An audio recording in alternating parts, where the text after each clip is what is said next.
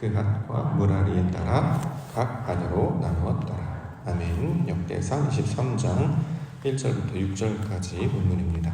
다윗이 솔로몬을 왕으로 삼고 사람을 모았더라.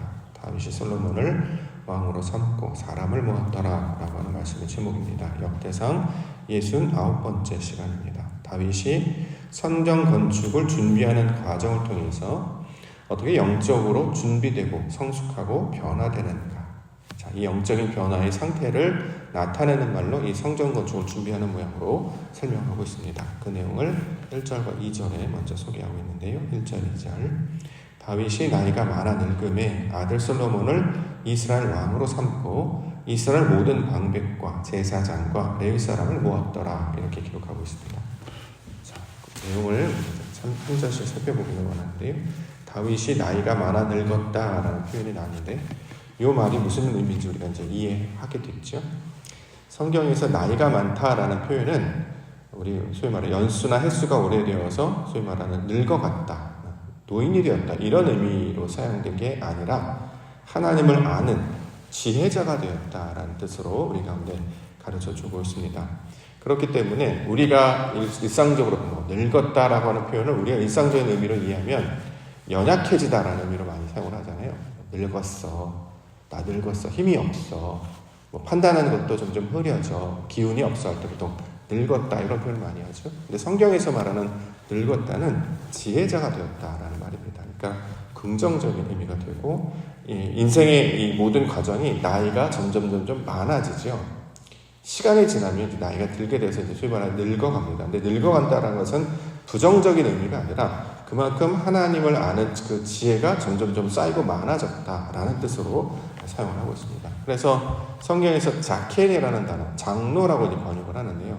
성경에서 장로라는 말은 나이가 든 사람을 가리키는 말이 아니라 하나님의 어떠하심을 깨달아서 지혜자가 된 것을 가리키고 있는 말입니다. 그렇기 때문에 그들을 존중하고 그들에게 순종하고, 자, 그렇게 나아가는 것이죠.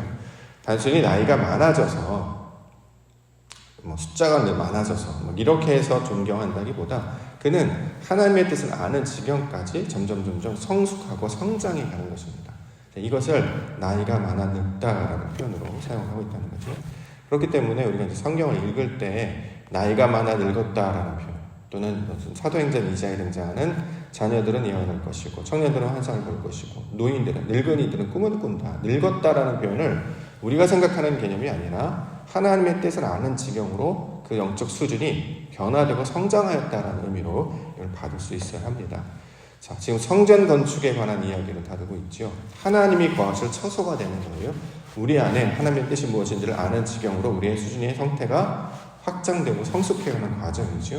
자, 다윗이 나이가 많아 늙었다. 그는 하나님의 역사하심을 경험하는 자가 되었으므로 이제 아버지의 뜻이 무엇인지를 온전하게 판단하는 그 지경까지 다다르는 자가 되었다. 자, 이렇게 이야기하는 것이죠. 그러므로 다윗처럼 우리도 나이가 많아 늙다. 이건 이제 구절로, 이름으로 우리말로 번역한 내용이고, 그 의도는 하나님의 역사하심을 온전히 깨달아서 하나님의 뜻을 깨닫고 순종하는 지혜자가 되게 하여 주시옵소서. 이렇게 나아가야 길을 잃지 아니하게 되는 것입니다. 자, 그래서 다윗이 지혜자가 되어서 한 일이 뭐냐? 솔로몬을 이스라엘 왕으로 삼았다라는 거죠. 이게 너무나 단편적인 지식이잖아요. 아들을 왕으로 삼았다.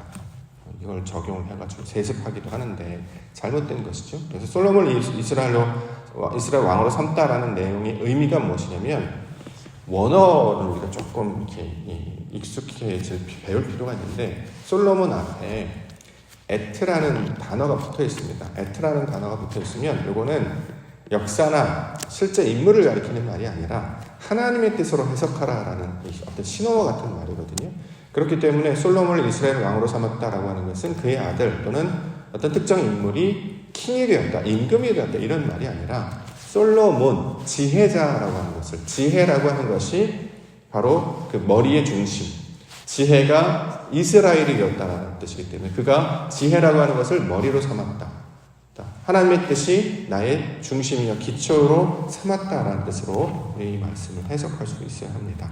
자, 그렇기 때문에 다윗은 나이가 많았죠. 지혜자가 되었죠. 그래서 한 일이 무엇이냐? 자신의 뜻이나 주관이 중심이 되는 것이 아니라 하나님의 말씀이, 하나님의 영이 머리가 되는 거예요. 진리가 머리가 되어서 하나님의 뜻을 따르는 자의 모습으로 변화되었다라는 거죠. 자, 이것을 지금 성전 건축에 관한 이야기로 우리가 설명하고 있습니다.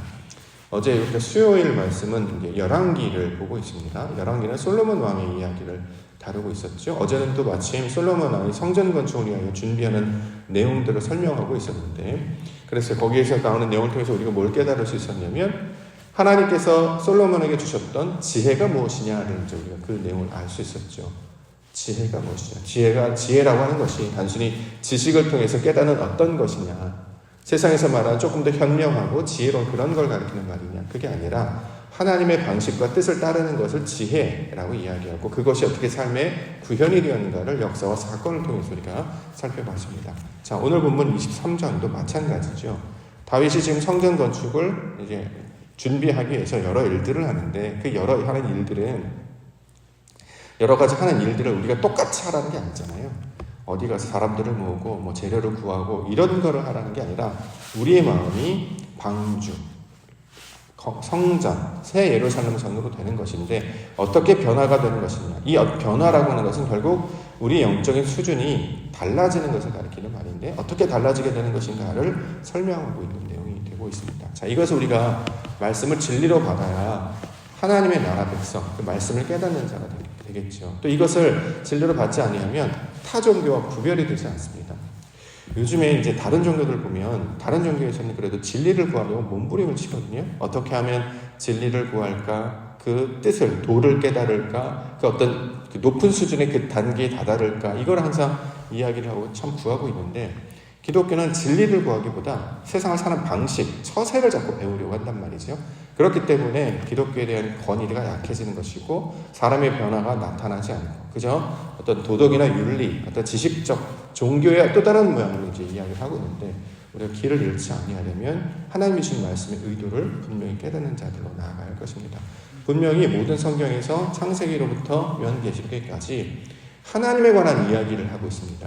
하나님이 어떤 분이신지, 그가 우리에게 나타나셔서 무엇을 가르치시려고 하는지를 늘 보여주고 있는데, 그러면 우리의 고백도 이것이 바로 하나님의 것이고 이것을 통해 하나님을 깨달을 수 있다, 이렇게 이야기를 해야 될 텐데 그걸 얘기하지 아니하고 하나님은 없고 잘 살아가라, 어떤 처세나 행동이나 율법을 강조하는 것으로 늘 이제 끝나게 되는 것이죠. 그러면 종교가 되어버리고 맙니다. 그렇기 때문에 우리가 길을 잃지 않고 오늘 본문의 내용도 왜 성전 건축을 말하는가, 성전 건축의 의미가 무엇인가, 건물을 지으라는 거. 그래서 사람들이 예배당을 짓기도 하죠. 근데 그게 아니었잖아요. 예배당을 짓는 것도 아니었단 말이죠. 그리고 우리 마음이 하나님의 뜻을 아는 지경까지 나아가는 것을 가리키고 있는 말인데, 그럼 하나님을 어떻게 알 것이냐? 우리 마음 가운데 하나님을 아는 지식으로 충만해지고 채워져서 그것들을 통해 나아가는 것을 가리키고 있는 말입니다. 우리 안에는 유행가 가사처럼 내가 너무 많잖아요. 가시나무처럼. 내 안에, 내 속엔 내가 너무나 많다는 거죠. 나의 지식, 나의 경험, 나의 방법이 너무 많아요. 그렇기 때문에 외부의 것을 절대 받아들이지 않습니다. 지식도 받아들이지 않고 상황도 받아들이지 않고, 그래서 마치 무지개가 뭐 어디를 간다고 하면 뭔가 있을 거라고 자꾸 착각을 한단 말이죠. 저 무지개가 뜨는 곳 그 끝으로 나아가면 무언가 특별할 것이 있다라고 하면서 천국을 장소적 개념을 자꾸 생각해서 여기에 없는 것들을 자꾸 찾음으로 통해서 늘 현재는 부족하고 힘들고 어려운 고통의 상황임을 자꾸 이야기를 하는데, 성경은 그렇지 않습니다. 이 지금이 하나님의 나라이기 때문에, 천국의 상태이기 때문에 우리의 눈이 뜨여져야 된다는 거죠. 천국은 다른 것에 있는 것이 아니죠. 여기 있다고도 저기 있다고도 하지 못하리니 하나님의 나라는 너희 안에 있다라고 예수께서 말씀하신 것처럼 우리 안에 하나님의 나라가 있음을 기억하면서, 그러면 하나님의 나라가 있다는 것은 그 안에 하나님의 역사가 나타나는 것인데, 우리의 눈이 어두워서 귀가 듣지 못해서 막혀져 있어 듣지 못하고 보지 못한 상태였다면, 자, 이것들이 거두어져서 하나님이 하시는 일을 보게 되는 것, 자, 이것을 가리켜서 성전이 되는 것이다. 자, 이렇게 이야기하고 있습니다. 자, 그러면 성전 건축은 어떤 의미냐? 우리가 하나님의 뜻을 아는 지혜자가 되는 것입니다. 그렇죠? 그래서 항상 어떤 걸 따르게 됩니까? 하나님의 것을 따르게 되는 것이죠. 그래서 하나님의 거룩한 백성이라 말하고, 또 하나님이 하시는 것을 알기 때문에 우리가 100% 순종의 모습으로 나아가는 것이죠. 이 모양을 그대로 구현하신 분이 바로 예수 그리스도이셨잖아요. 그는 이 땅에 살아있는 성전으로 찾아오셨고 말씀하시는 성전, 말씀을 가르치시는 성전으로 찾아오셨단 말이죠. 이전의 성전은 말을 하지 못했어요. 건물이었기 때문이죠. 건물을 통해서 무엇을 깨달을 수 있겠습니까? 아무도 그걸 보고 성전을 바라봐도 그것이 뭘 뜻하는지 아무도 모른다는 거죠. 석천동에 옥토교회라는 건물이 세워졌어요. 옥토교회 왜 세워졌고 왜 옥토라는 힘을 가지고 있는지 그 뜻을 풀어 해석해 줄 수 있는 사람이 있었습니까? 없단 말이죠. 그냥 교회 이름 정도로만 알았다는 거예요. 그런데 단순히 그건 교회 이름이 아니라 하나님의 의도가 담겨져 있는 말씀이 되기 때문에 그 의도를 깨닫는 자는 그것을 바라고 소망하게 된다라는 것입니다. 우리도 동일하죠. 석천, 돌땅이라는 곳에 말씀의 땅, 좋은 땅이라고 하는 하나님의 땅을 만들어 주시겠다고 약속을 했어요. 그 돌들이 다 거두어지게 되고 하나님을 아는 지식을 충만케 되면 하나님의 뜻을 깨닫는 지혜자가 된다는 거죠. 그래서 이 우리 예배당의 모습이 작은 배 모양이 되는 것이고 그 방향이 서쪽을 향하고 있는 것입니다. 새벽 예배를 끝나고 나아가시면 우리가 나가는 방향이 동쪽이죠. 나가시다 보면 해가 저쪽 어디죠? 한솔 아파트 방향 해가 뜨는 걸 보시게 될 텐데 자, 놀라운 경험입니다. 이것을 통해 하나님의 방향이 영광이 어떻게 임하는지 그래서 아담이 왜 동쪽으로 나아가게 됐는지를 늘 가르쳐주고 이걸 삶을 통해서 배울 수 있는 것이에요. 저는 우리 교회가 너무나 귀한 교재다라고 생각합니다.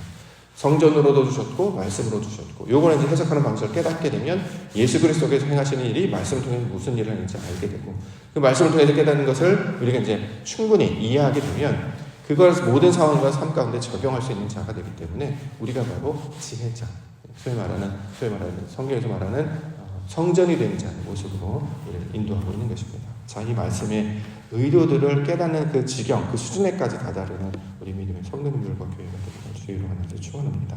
자, 본문에 관한 내용도 살펴보겠습니다. 첫 번째, 남자의 수에 관한 이야기 3절. 레위 사람은 30세 이상으로 계수하니 모든 남자의 수가 38,000명인데 자, 요 내용만 쭉 읽어보면 이게 무슨 뜻입니까? 사람들 숫자가 이렇게 나타났다.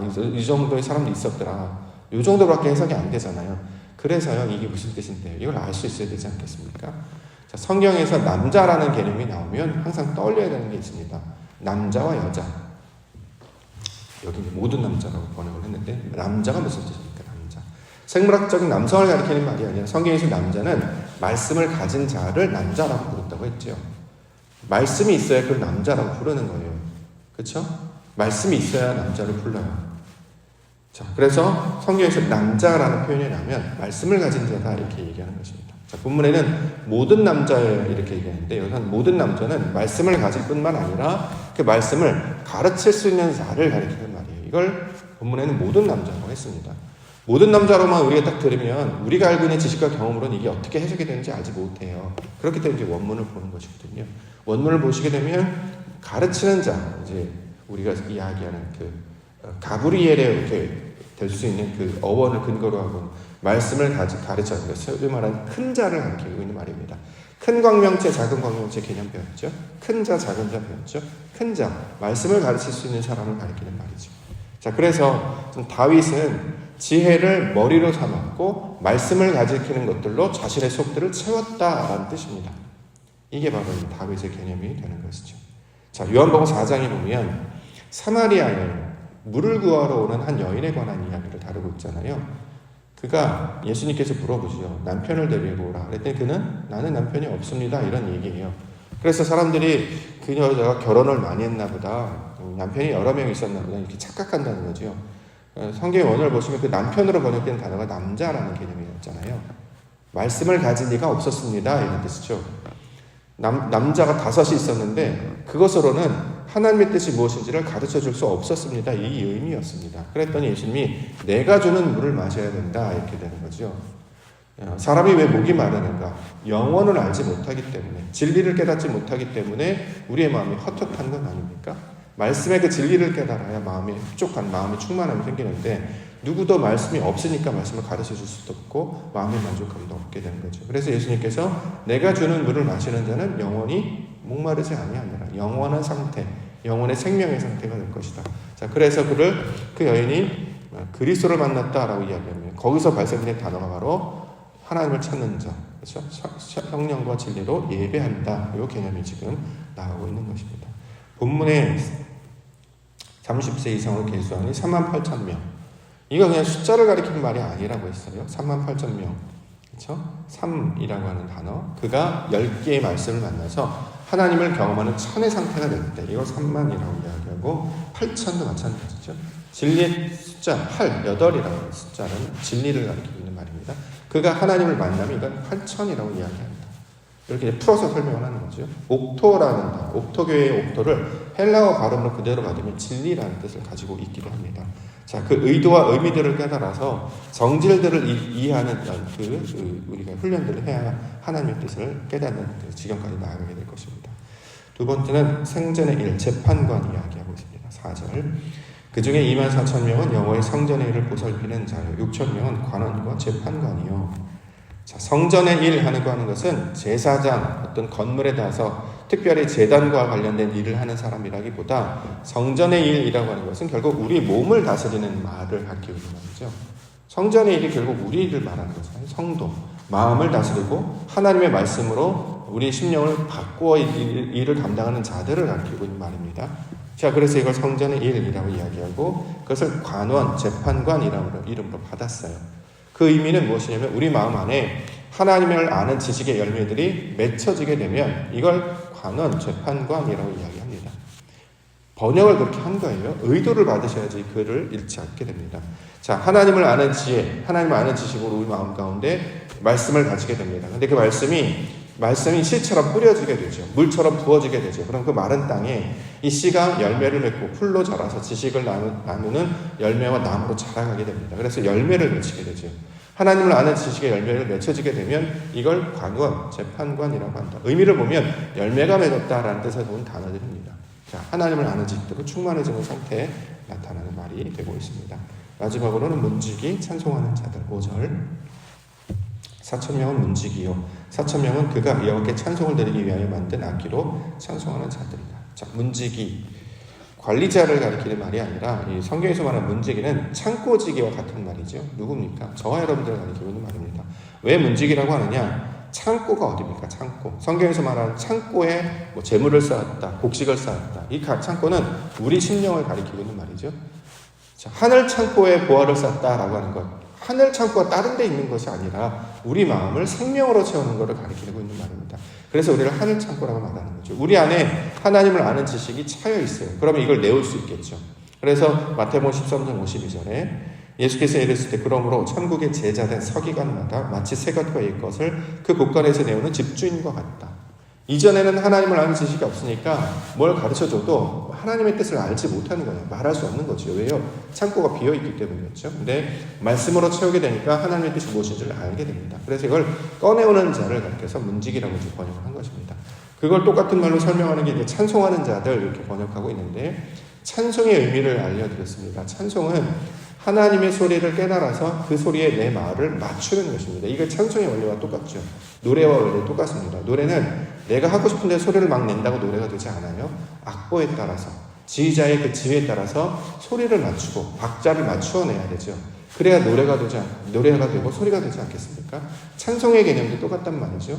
하나님의 뜻이 있는데 이걸 말씀이라는 악보로 우리에게 보여주셨습니다. 그러면 그 악보에 따라서 그걸 읽어내서 소리를 내고 박자를 맞추어 그의 지휘에 따라서 소리를 낼 줄 알아야 되는 건 아니겠습니까? 이걸 노래한다, 찬송한다 라고 했는데 이사야의 말씀에 따르면 우리를 창조하신 것은 찬송이 되게 하시려고 하나님의 뜻이 무엇인지를 아는 그 백성이 되게 하시려고 하시는 것이다. 그 의미로 주고 있는 것이죠. 그러므로 우리가 이전에는 하나님의 뜻을 알지 못하다가 말씀을 알게 되어서 그것을 말하는 자가 되었기 때문에 사도행전에 보면 성령의 역사로 말미암아 하나님의 큰 일을 말하는 자가 되었기 때문에 이를 가리켜서 찬송이다. 자, 이렇게 이야기하고 있는 것이죠. 이걸 성전된 자, 지혜자의 이야기를 가르쳐주고 있습니다. 그래서 우리 찬송의 원리도 똑같죠. 우리 교회에도 찬양대가 있는데 훌륭한 찬양, 좋은 찬양이라고 하는 것은 소리를 아름답게 내는 것이어야 되잖아요. 그렇죠? 그러려면 소리도 잘 분별해서 음치가 되지 않도록, 박치가 되지 않도록 지휘자의 눈과 입에 우리의 모든 것을 딱 고정하여 맞추고